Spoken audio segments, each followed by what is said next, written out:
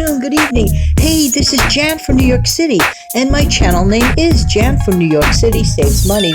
Hey, how's everybody doing on this bright and beautiful Sunday morning? Hope that this weekend is treating you well, or you're treating it well, right? Right. Hey, listen, we're going to talk today about two extremely simple recipes. I'm looking at them and they look very, very complicated.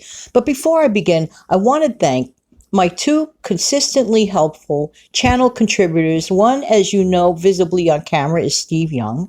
And then the other lady, you don't know visibly on camera because she doesn't want to get on camera, and I totally respect that, but is our dear channel contributor for recipes, Sharon Jackson. Now, I'm looking at this beautiful looking pizza, and there's a little story behind it. Sharon is the first person to really let me know that this channel hit the 1,000 mark yesterday.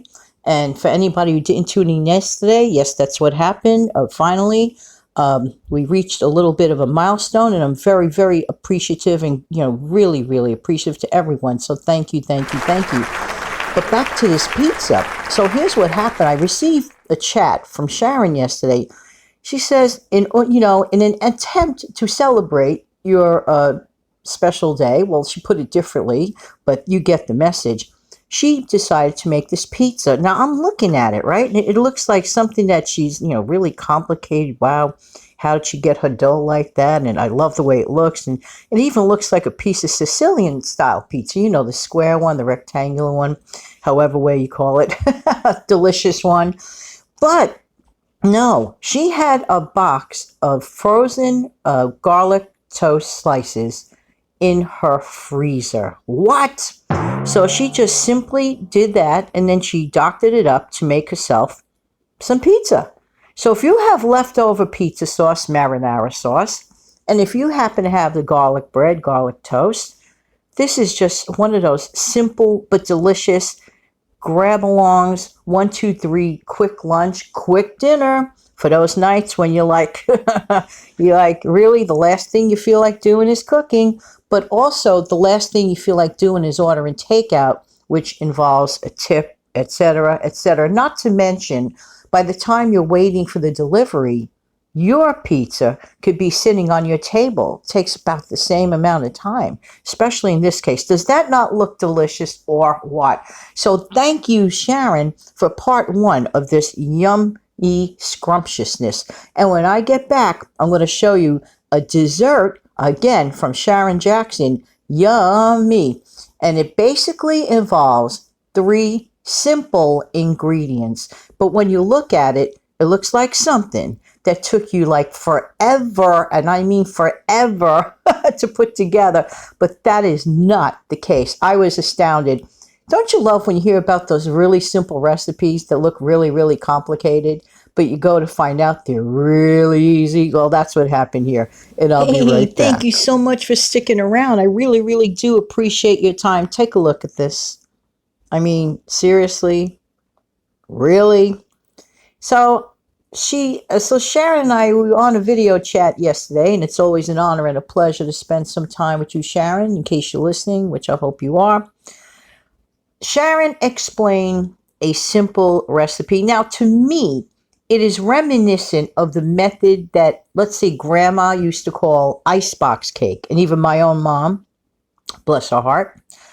And basically, it's a no-bake recipe, and basically, all you need are 3 simple ingredients. You're not going to believe it.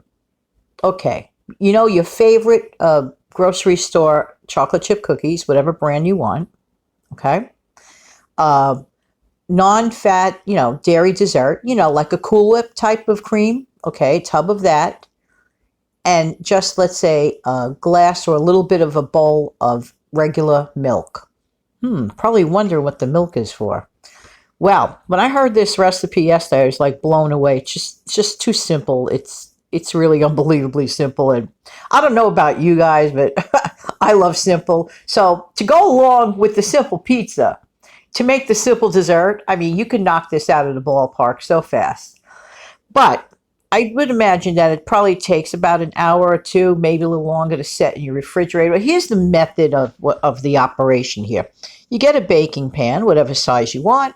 and however much you want to make of it. Okay, so that is entirely up to you. And you're going to be layering the items like a lasagna, but here's what you're going to do first. I hope I don't sneeze because I feel like I'm on the verge of a sneeze. Hey, God. Achoo! Excuse me. Allergy time. It's official. Sorry about that. I don't like sneezing on the air, but life happens. Excuse me about that. Anyway, getting back to this beautiful looking dessert. You take, as you go along, you're going to be layering things. But first, you take one cookie at a time, a fast dunk into the milk. Fast dunk into the milk. Then put it into your layering pan. And of course, the bird clock is going off. Why not? Everything in due season, right? Okay, so therefore, you take the chocolate chip cookie, fast dunk in the milk, put it in the pan. Fast dunk in the milk, put it in the pan. Okay. Then you're going to layer that with a layer of your, Jan, wake up, with your Cool Whip type topping. Okay, whichever one you want, because I'm getting a little flustered with this because there are different varieties of this. And of course, if you could get the name brand one at a better price, or whatever one the best price you could get, then get it. Because I've seen some significant differences in the name brand price versus the store brand price. And honestly, it's pretty much the same thing. Just saying. You know me, always an attempt to save a buck here or there. And I know every one of you are hopefully trying to do that as well. So then you layer it, okay? So you dunk the cookies into the milk quickly, put it down, then do the layer as if you're doing a lasagna, except you're doing it as a sweet lasagna. So I asked Sharon yesterday, what is the name of this recipe? So she says she rattled off a couple of names, but she says she calls it cookies and cream. Well, if you look at it, that pretty much makes a lot of sense. But I also noticed that in between the layers of the cookies and the cream, that Sharon so beautifully crunched up a bunch of the cookies on top for a crispy topping. Does that not look great? Are these two food items, I don't want to call them a meal each, but are these two food items delicious or what? They go together better than peanut butter and jelly. So if you want a very fast but kind of neat fast thing for today, for example, I'm sure the kids would appreciate this, whip it up. That's why I decided to run this video today and not wait for a recipe specific day to do it. Okay, so there you go. Well, hope you enjoyed today's recipes. And in the meantime, this has been Jan from New York City. Thank you so much for listening. Why? Because I really do, and I really mean this, I really do appreciate whose time? Your time. Of course, I'm going to end this with a little bit of music. Thank you again, Sharon Jackson. And as always, Steve Young, thank you for your constant channel contributions. We really, really appreciate them. Have a wonderful day, everybody. And don't forget to come back tomorrow, not for Money Monday, but to talk about the journey to the 1,000 subscriptions. Have a great day, everybody.